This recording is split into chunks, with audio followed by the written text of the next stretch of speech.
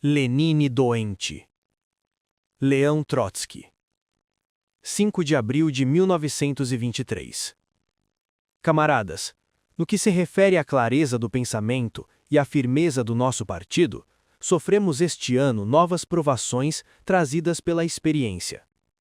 Esta verificação foi dolorosa, por ter sido a consequência de um fato de que, em consciência, todo o nosso partido se ressente fortemente, de um fato doloroso para as grandes massas da população laboriosa e talvez fosse mais justo afirmar para todos os trabalhadores do nosso país e para um número considerável de trabalhadores do mundo inteiro. Refiro-me à doença de Vladimir Ilyich. Quando no início de março o seu estado se agravou, o Birô Político reuniu-se para deliberar quais as comunicações a serem feitas a este respeito ao partido e ao país. Penso, camaradas, que compreendeis em que estado de espírito teve lugar essa sessão. Devíamos revelar a triste e inquietante notícia através de um primeiro boletim. É evidente que nessa altura éramos antes de mais nada homens políticos. Ninguém nos poderá censurar por isso. Não pensávamos apenas na saúde do camarada Lenin. Sem dúvida, nos preocupávamos nesse momento sobretudo com as dificuldades físicas com que se debatia, as pulsações do seu coração, a sua temperatura. Mas perguntávamos a nós próprios qual a impressão que o boletim médico iria produzir na vida política, nas pulsações do coração da classe operária e do nosso partido.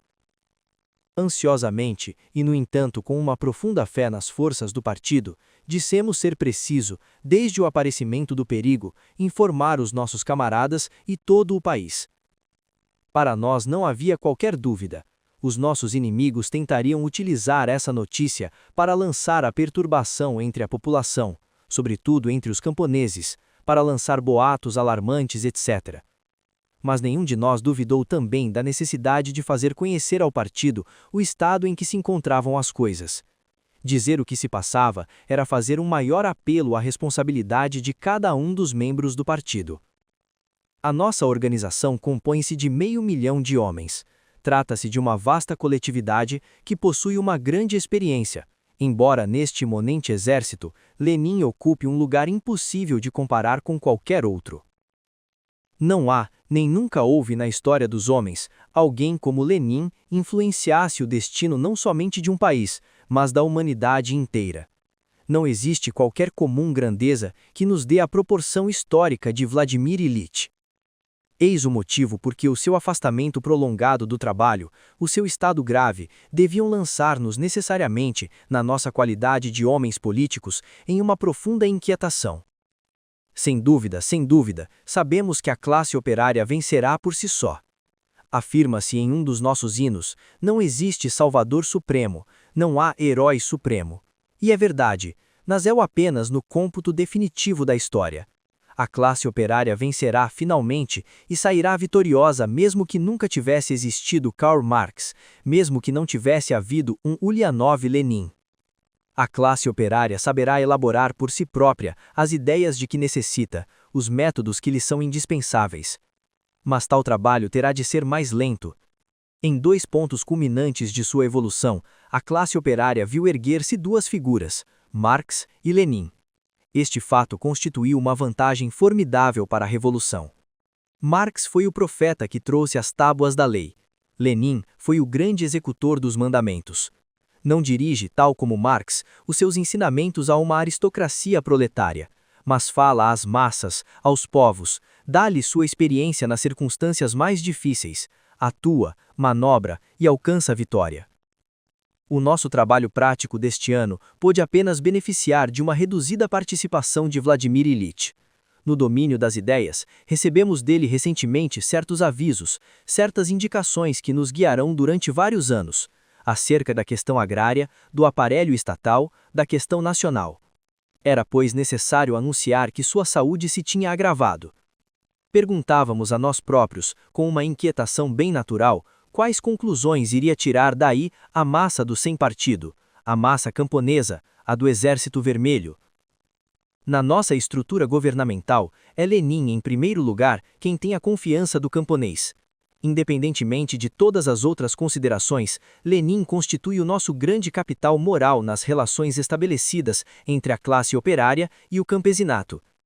Não começaria o camponês a pensar, perguntavam-se alguns entre nós, que estando Lenin afastado do trabalho por um espaço de tempo considerável, sua política iria ser modificada? Como iria reagir o partido? Qual seria a atitude da massa operária, do país? Desde o aparecimento dos primeiros boletins dando o alarme, o partido na sua totalidade reagrupou-se, uniu-se. Mas recompôs-se moralmente. É uma verdade, camaradas, que o partido se compõe de homens de carne e osso, com seus defeitos e insuficiências. Nos comunistas existe muito de humano, de muito humano, como dizem os alemães. Verificam-se choques entre grupos, entre pessoas, alguns desentendimentos sérios, outros insignificantes, e voltará a verificar-se, pois um grande partido não pode viver de outro modo. Mas a força moral, o peso específico do partido, determina-se por aquilo que sobe na superfície quando se verifica uma perturbação tão trágica. Desejo de unidade, disciplina, ou então manifestações de ordem secundárias, pessoais, humanas, demasiadamente humanas. Ora, eu penso, camaradas, que presentemente e com toda certeza, poderemos já tirar nossa conclusão. Tendo sentido que iria perder por um espaço de tempo considerável a direção de Lenin, o nosso partido se reagrupou, afastou tudo o que poderia ameaçar a clareza de seu pensamento, a unidade de sua vontade, a sua capacidade combativa. Antes de subir para o comboio para vir aqui, a Kharkov, falei com o nosso comandante de Moscovo, Nikolás Ivanovich Muralov, que muitos entre vós conhecem como sendo um velho membro do partido. Perguntei-lhe qual era a atitude do soldado do Exército Vermelho desde que soubera da doença de Lenin. Muralov disse-me: nos primeiros momentos a notícia produziu o efeito de um trovão. Houve como que um recuo instintivo. Em seguida, todos se puseram a refletir profundamente sobre o valor de Lenin. Sim, camaradas, o homem sem partido do Exército Vermelho pôs-se a refletir à sua maneira, mas muito profundamente, sobre o papel desempenhado pelo indivíduo na história. Examinou uma questão que nós outros, os mais velhos, estudamos quando éramos jovens alunos dos liceus, pequenos estudantes ou jovens operários, nos livros e também nas prisões, nos trabalhos forçados, na deportação. Discutíamos então sobre as relações entre o herói e a multidão, o fator subjetivo e as condições objetivas. E eis que em 1923 o nosso jovem soldado do Exército Vermelho se pôs a refletir sobre estas questões importantes. Centenas, milhares de homens meditam. Por toda a Rússia, em toda a Ucrânia, por todo o lado, milhões de camponeses interrogam-se sobre o que foi o papel pessoal desempenhado por Lenin na história. E que respondem os nossos instrutores políticos, os nossos comissários, os nossos secretários de grupo? Respondem que Lenin é um gênio, que um gênio só aparece uma vez num século e que, quanto a gênios dirigentes da classe operária, apenas podemos contar dois na história mundial: Marx e Lenin.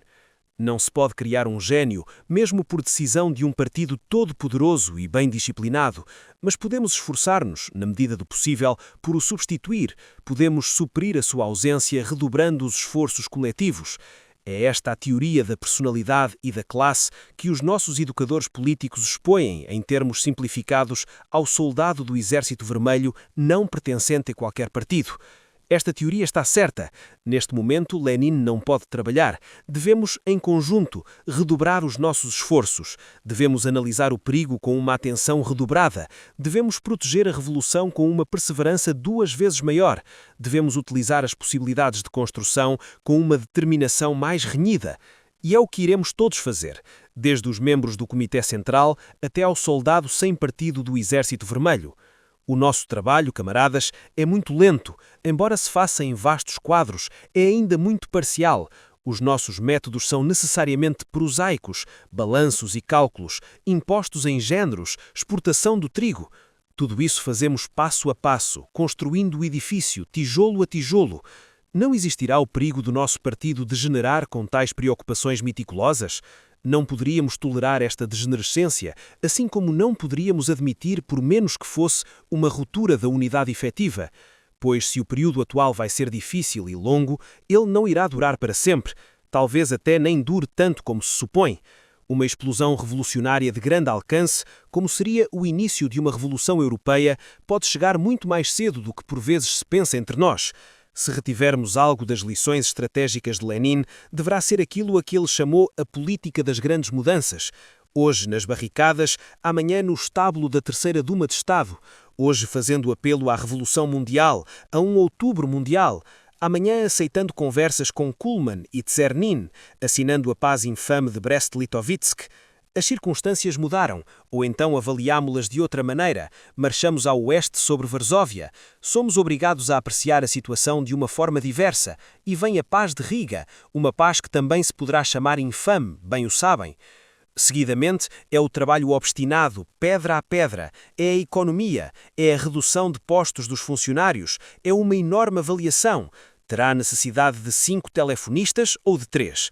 Se 3 são suficientes, que não seja permitido colocar 5, porque isso custaria ao mujique alguns molhos de trigo inutilmente gastos.